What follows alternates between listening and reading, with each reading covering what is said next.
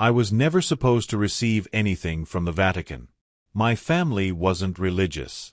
My father had been excommunicated long before I was born, and my mother never spoke of what caused it. So when an envelope marked with the papal seal arrived at my apartment in Rome, I assumed it was a joke. The letter was written in Latin, not modern Latin, but ecclesiastical, ornate, and almost ritualistic. The ink had a reddish-brown tinge, and the parchment felt like it was centuries old. I couldn't understand it fully, but I recognized one thing: my full name written in bold, elegant script. Below it, a date and a location.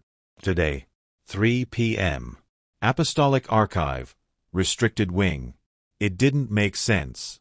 I had no credentials, no ties to the church, and certainly no authority to enter the most secretive part of the Vatican. And yet, something compelled me to go. Maybe it was curiosity. Maybe it was the strange dream I'd had the night before, standing barefoot in a stone corridor beneath the earth, hearing a slow ticking that echoed in my skull. I arrived at the bronze gates of the archive expecting to be stopped, but to my shock, the guard simply stepped aside after glancing at the letter. No words exchanged. No questions asked. I walked down a spiraling staircase that seemed far too deep for a building that wasn't supposed to have a basement. The air shifted as I descended. The deeper I went, the colder it got, but not in a physical way. The cold felt spiritual, as if something ancient was watching. At the bottom was a corridor lit by oil lamps. The walls were lined with wooden shelves filled with scrolls and books wrapped in red thread. Every few meters, I saw symbols carved into the stone, circles within circles, serpents devouring their own tails, and Latin phrases like Temporis Domus, the house of time. I reached a heavy wooden door. It wasn't locked, but something in me hesitated. My heartbeat slowed. Behind this door, something waited. The letter had brought me here, but I didn't know why. I pushed it open. Inside was a circular chamber, completely silent. In the center stood a clock, not modern, but ancient, with multiple dials and rotating rings of glass etched with unknown runes. Behind it was a single chair, facing a blank wall. There were no windows, no ventilation, and no exit other than the one I came through. The second I stepped inside, I felt it. A strange weight in my bones. The sensation that everything, my breath, my thoughts, my heartbeat, was slightly out of sync. I turned to leave. But the door was no longer there. And the clock had begun to tick. The ticking wasn't loud, but it felt intrusive. Every click of the clock's ancient hands sent a vibration through the stone beneath my feet. I circled the room, searching for a seam in the wall, any clue about the door that had vanished behind me. But the chamber remained closed, the air thick with something that defied understanding. I sat in the chair at the center. It was carved from dark wood, worn smooth by use. For a long moment, I simply listened. The clock ticked irregularly now, like it was confused, skipping forward then doubling back. I checked my wristwatch. The hands spun slowly, refusing to settle on a time. I don't know how long I sat there. Minutes, maybe, or hours. Then it started. My body jerked forward without warning. A flash of light burst across my vision, and suddenly I wasn't in the chamber anymore. I was back in my childhood home, standing in the kitchen. My mother was there, washing dishes. She turned to me and smiled, but her eyes were hollow, her mouth unmoving. The entire scene played like a silent film. I blinked. Now I was in my university dorm. A moment from years ago. I watched myself reading a letter under lamplight, one I don't even remember receiving. My hands in the vision trembled as I read it. Then darkness again. The chair reappeared. The clock kept ticking. A voice echoed softly through the chamber. Female, calm. Speaking in Latin. I couldn't understand all of it, but I caught fragments. Time is not a line. You were marked long ago. The door only opens when the blood returns. What did that mean? I stood again, and the room shifted. It was no longer stone, but mirrored glass. Reflections of me multiplied endlessly. In each version, I looked older or younger. In one, I wore a cassock like a priest. In another, I was bruised and chained to the chair. None of them looked back. I shouted, trying to break the illusion, and the room shattered like crystal. I hit the stone floor hard, gasping. I checked my watch again. It was cracked. The face read 3:03 p.m. Only 3 minutes? It felt like I'd lived entire years in those visions. My body ached as if I hadn't moved in days. The door was still gone. But the wall in front of me now had something new, a symbol carved deeply into the stone. A keyhole, shaped like an eye. Beneath it, 3 Latin words. Tempus te tenet. Time holds you. I reached for the symbol, but my fingers passed through it like mist. Behind me, the ticking slowed, and the room whispered, "You are remembered." I don't know if I slept, but when I opened my eyes again, the chamber had changed. The chair remained in the center, and the clock still ticked faintly, but the air had thickened, like I was submerged in something more than just shadow. Then I heard it. Voices. Distant, muffled, and layered on top of each other like echoes bouncing through time. They came from nowhere and everywhere at once. I stood still, trying to focus on one. We thought he was gone. 10 years passed. Still no trace. Not even bones. 10 years. I pressed my ear to the wall, unsure whether the voices were inside my head or slipping through the stone itself. That's when I saw it, a thin crack running vertically through the wall near the symbol. From that fissure, golden light pulsed like a heartbeat. Each beat synchronized with the ticking of the clock. I whispered into the crack. "Hello? Can you hear me?" No response. But I felt something stir on the other side. A presence. It wasn't malevolent. Not yet. Just watching. The chamber trembled slightly. Dust rained from the ceiling. The mirrored glass returned again, but this time only one reflection faced me, a version of myself older, with white streaks in his hair and eyes that looked like they hadn't slept in years. He held something in his hand, a key. Long, metallic, shaped like a double helix. He mouthed a phrase I couldn't hear. I leaned in closer. Then he screamed. The reflection shattered again, and behind it, I saw what had been hidden, a staircase spiraling downward into darkness, right where the symbol had been. I didn't hesitate. I stepped through the broken glass and onto the first step. The descent was steep, and each step made my skin crawl. I kept hearing moments from my life whispered behind me. My mother's lullabies, my father's warnings, even a childhood version of myself crying. The deeper I went, the more gravity seemed to shift. My thoughts slowed. Time thinned. Finally, the staircase ended at another door, this one wooden, reinforced with iron bands and covered in carved Latin glyphs. The central one glowed faintly, Praeteritum non dormit. The past does not sleep. I placed my hand on the door. It was warm. Then I heard a voice on the other side. "You were never meant to enter here. Turn back, or time will turn against you." I pulled my hand away. My instincts screamed at me to run, but the door creaked open on its own. Inside was a library, but nothing like the ones above. Every shelf floated, suspended midair, and books turned their pages without human hands. The light was sourceless, yet everything glowed. A single chair waited in the center, and on the chair, another version of me sat sleeping, but his eyes opened as I stepped in. And he smiled. I froze as the seated version of me stood. His face was mine, down to the scar above the brow I got at age 9. But his presence felt heavier, as though time had wrapped itself around his bones. He tilted his head. "You're early." I stepped forward slowly. "Who are you?" A grin. "That's the wrong question. The right one is, what have you done by coming here?" I didn't respond. My eyes scanned the floating books. Some hovered inches from my skin, vibrating softly. Their titles were not in any language I recognized, and yet some part of me, deeper than memory, understood them. "This room," he said, "is not a place. It's a fragment. A temporal scar the Vatican has tried to forget. But the Church can't bury time itself." I looked at him closely now.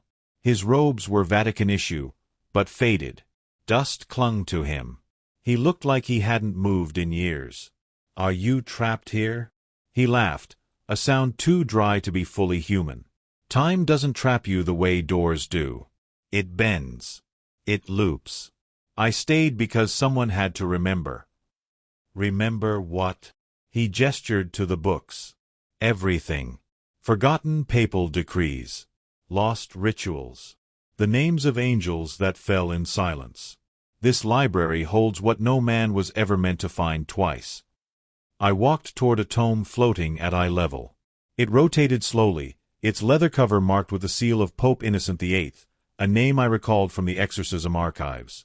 I reached for it. He stepped between me and the book in a blink. "Don't. You don't know which threads you'll pull. Some pages have teeth." My hand dropped. He softened. "I used to be you. Curious. Brave. Foolish. When the chamber opened for me, I was supposed to simply observe. Report. But I stayed too long. Time spun outward. The world moved on. My body never left. But my story was erased. My throat tightened. Then why am I here? Why does this place open every 33 years? He nodded solemnly. "Because the Vatican needs to feed it." "Feed it." He walked toward the far wall. It shimmered like heat waves. Then, with a gesture, the illusion dropped. Behind it was a cage. Inside the cage was something that didn't move, didn't breathe, but watched. Its form was unreadable, shifting angles and spirals, but its eyes, hundreds of them, blinked in unison. "They call it the Archivum Animarum. The Archive of Souls," he said. "It was discovered in the catacombs during the Fourth Crusade. The Church didn't destroy it. They housed it." My stomach turned. He continued, "Every 33 years, it must consume time from a living source. That's the cost of the knowledge stored here." I took a step back. "Is that why I'm here? To feed it?" He looked at me with sorrow. "No. You're here because I defied it. And now time wants payment." Behind us, the cage began to whisper.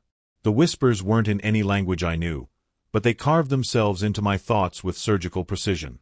I staggered backward, clutching my head. Each word burrowed like ice through the folds of my mind, excavating memories I had never lived. I could hear my parents arguing over a cradle I didn't remember. I saw the face of a woman calling my name in a dialect I didn't understand. And behind it all, the eyes of the creature in the cage blinked, again and again, their rhythm steady and mechanical, like the ticking of a grotesque celestial clock. The older version of me stood firm, though his eyes twitched with each whisper. "You feel it now," he said. "This is what happens when the Archivum begins to taste your soul. Not your flesh, not your blood, but the chronology of your being.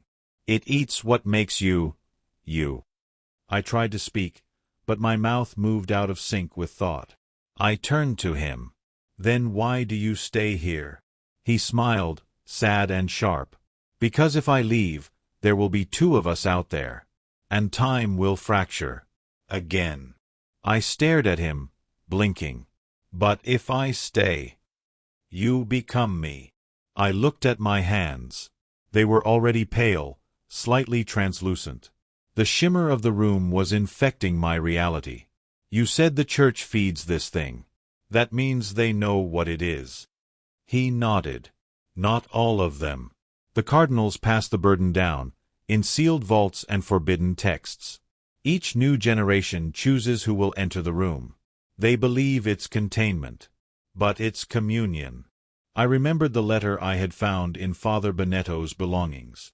It had a seal I didn't recognize, and Ouroboros surrounding a clock face. Beneath it were the words, "Custodes Temporis, the keepers of time." "Is that who chose me?" I asked. He didn't answer. Instead, he gestured toward the books now circling us like slow satellites. "Pick one." "What?" "One book.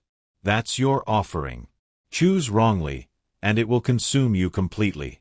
Choose wisely, and you may rewrite your fate." I hesitated. The books pulsed, glowing in muted hues of violet, crimson, and gold. Some had no titles. Others bore only dates. One hovered lower than the rest, black leather, scorched at the edges, no markings at all.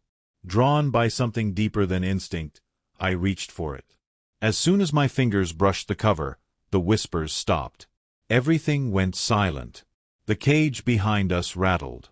And the older me vanished. I stood alone now, the book in my hands burning cold. The cage creaked open, not fully, but just enough to release a single silver thread of light. It wrapped around my wrist like a brand. And then, time snapped forward. The thread of silver light wrapped tighter around my wrist, searing through cloth and skin without breaking the surface. It didn't hurt like fire or blade. It was colder, clinical, surgical, like time itself was carving its claim into me. I stared at the glowing strand. It pulsed softly, in rhythm with my heartbeat. I felt my mind stretching sideways, brushing against things that couldn't exist. I knew languages I'd never studied. My memory shuffled, rearranged events like pages in a misprinted book. And the cage behind me, the one that had imprisoned the whispering entity, now stood wide open. Empty. I turned around slowly, half expecting to see that thing standing behind me. But the only trace it left was a smell, not sulfur or rot, but something ancient. Like burnt parchment soaked in holy water. The book in my hand was still heavy. I dared to open it. Blank. Page after page. Nothing but thick, yellowed paper. Until I reached the middle. There, scribbled in blood or ink, I couldn't tell, was a single name. Dominic Ferreira. My name. And beneath it, in trembling script, "You must become what the Church fears." I closed the book. My breath was shaking. Suddenly, the room shifted. Not like a tilt or an earthquake, but as if it remembered a shape it used to have and was returning to it. Shelves began to fade. The walls pulsed. The floating books disappeared into spirals of smoke. Then I heard it. Footsteps. Not mine. Not echoes. These were heavy, deliberate. I turned, and from the far side of the room, a figure emerged. Robed. Tall. Face veiled.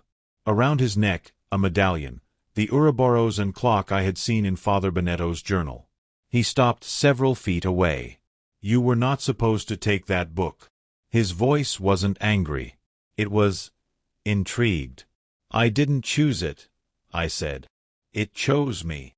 He nodded, slowly. Then the cycle begins again. He reached into his robe and pulled out a photograph. It was old, faded, but unmistakable. Me as a child. In the arms of a priest I didn't recognize. Behind them, in the background, was the door to this room. "Who are you?" I asked. "I am what remains of the first custodes temporis," he replied. "The ones who built this room before the Vatican knew what it truly was." "And the creature?" "The cage." He looked toward the place where the cage had been. "That was never the threat. That was a mirror. It showed you what waits at the edge of your fate." I felt the brand on my wrist throb. "You are marked now," he continued. "And that means others will come for you. Some will want to use you. Others will want to erase you." The room trembled once again. "But if you survive long enough, Dominic, you will understand why time must sometimes bleed." The medallion around the old man's neck gleamed briefly, as if responding to something in the air, or maybe in me. He gestured to it and said, "This belonged to the first gatekeeper, the one who misjudged the room's design. He believed he was building a vault. He was wrong. He was building a mirror that reflects timelines we've buried." I tried to keep up, but everything around me, my heartbeat, my breath, the space, felt elastic. "Why am I on that list?" I asked, holding the empty book. "The Vatican list of people too dangerous to be born." He didn't flinch. "Because your soul bends time in unnatural ways." I laughed, though nothing about this was funny. "That sounds like fantasy." "Then how do you explain this?" he said, lifting his sleeve. On his arm was the same glowing thread that had wrapped itself around mine. "You're one of us," I whispered. "No," he said. "I was. My thread is dimming. Soon, I'll vanish. Time doesn't kill us, it forgets us. That's what happens to everyone on that list. The Vatican doesn't assassinate us. They erase our history." A long silence stretched between us. He walked toward the center of the room and ran his hand across the stone floor. The sigil beneath our feet, the circular one with a serpent biting its tail, began to glow. "Stand here," he said. I stepped into the circle with him.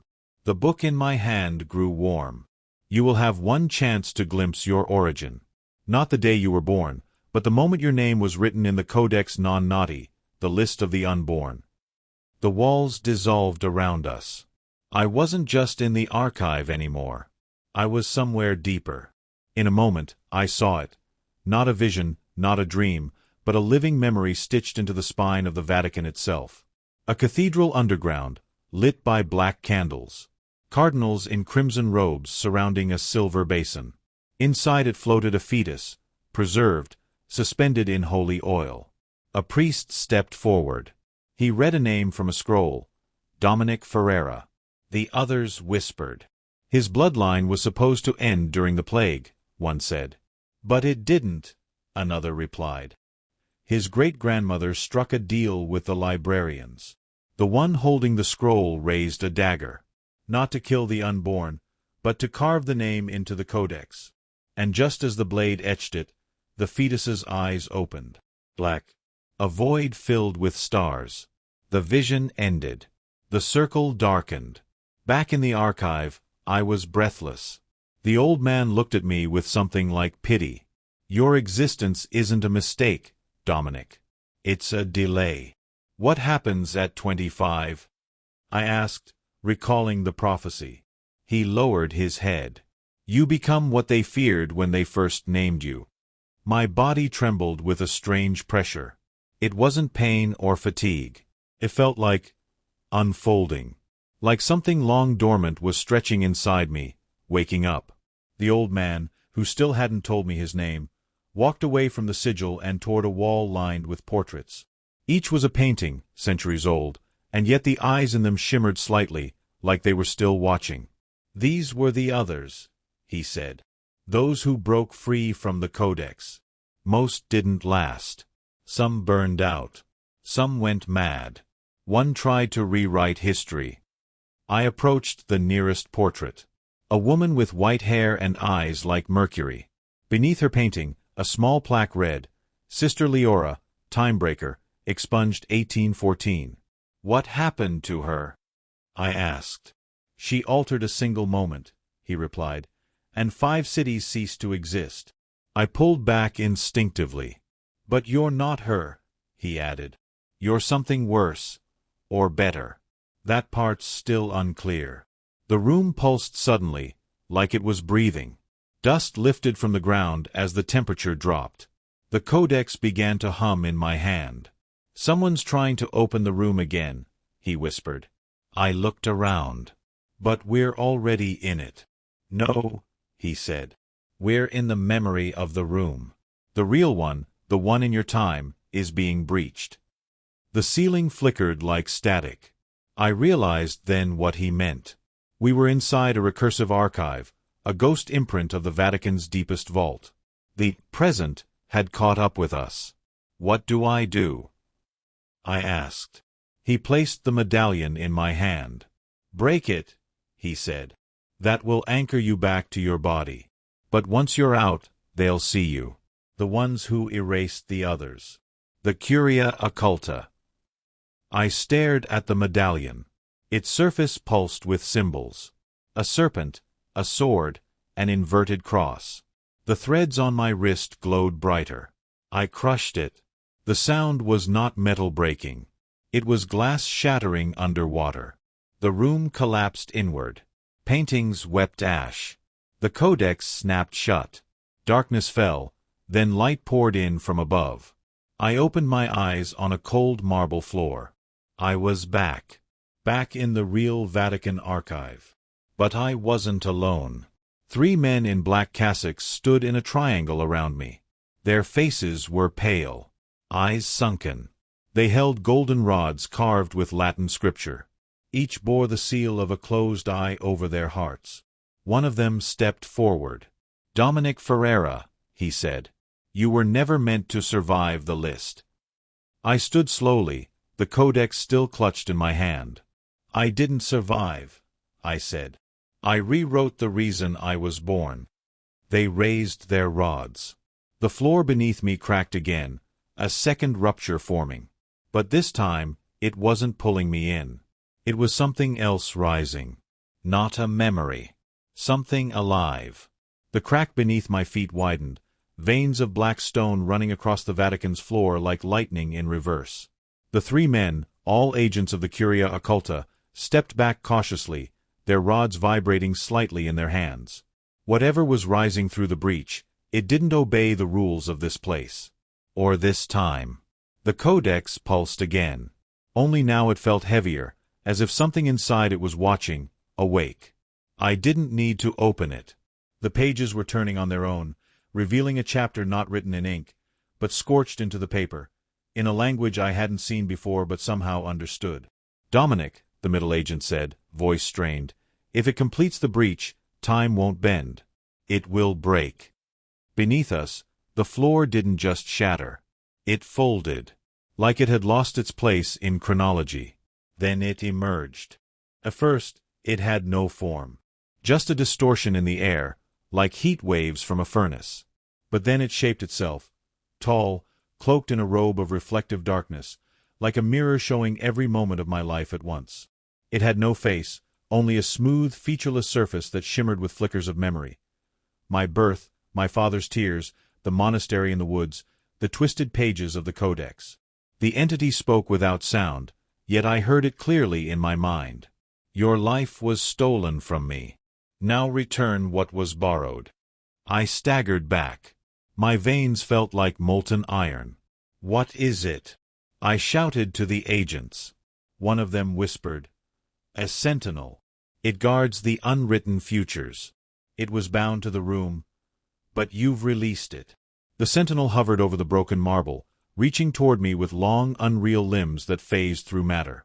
I felt it graze my soul. Then the codex screamed. Not metaphorically, it shrieked like a wounded beast. Its cover split open, and ink bled from the seams. The sentinel recoiled, hissing in a chorus of lost voices. That's when I realized. It feared the codex. Not because of what it contained, but because of what it could become. The book was never meant to be read. It was meant to be rewritten. And I was holding the only quill that could do it, my soul. The agents began to chant in Latin, forming a triangle again. Symbols formed in the air, glyphs glowing in crimson light. "Contain it!" one of them yelled. But it was too late. The codex opened wide, pages flipping at an impossible speed. Every name I saw, every erased soul, they were screaming to be remembered. And the sentinel? It bowed. Not to the agents. To me. Because I wasn't just a name on the list anymore. I was the new scribe. The sentinel knelt before me, not in reverence, but recognition. Something had shifted. I was no longer a forgotten child of a buried Vatican secret. I was the vessel it had been waiting for. The codex hovered between us, pages flapping like wings caught in a tempest. The room flickered, sometimes the old marble chamber, sometimes ruins overgrown with vines, other times a desert crypt under 2 moons. Time was bending, cracking, reorganizing itself around a new center. The agents didn't chant now. They watched in stunned silence as the glyphs they had conjured withered mid-air.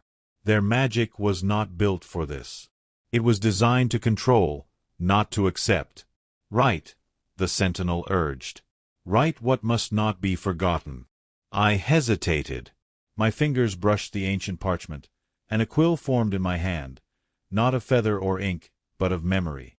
Every choice I had ever made, every version of myself that could have been, surged into its tip. The codex opened to a blank page. My name etched itself into the margin, glowing red. Below it, Words spilled out as if dictated by something older than speech. Dominic Velasquez, the final inheritor. Scribe of broken timelines. Guardian of the unborn. I wrote of the vault that should never have existed. Of the list hidden by popes and prophets alike. I wrote the names of those who had been erased from time, giving them shape, life, truth. With every name I remembered, something shifted in the world above. Flickers of lives returned, echoes restored. But it came at a cost.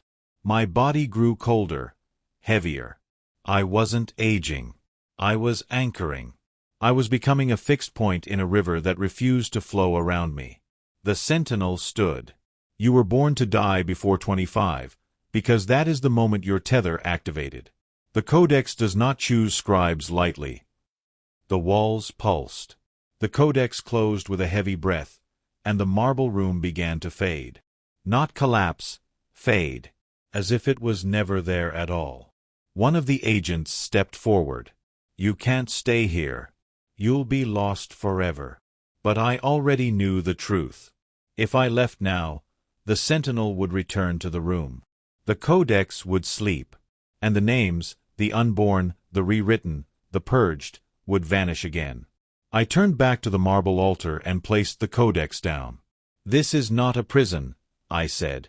It's a lighthouse, and I'm staying to keep it lit. The sentinel nodded once. Outside, 10 years would pass in the blink of an eye.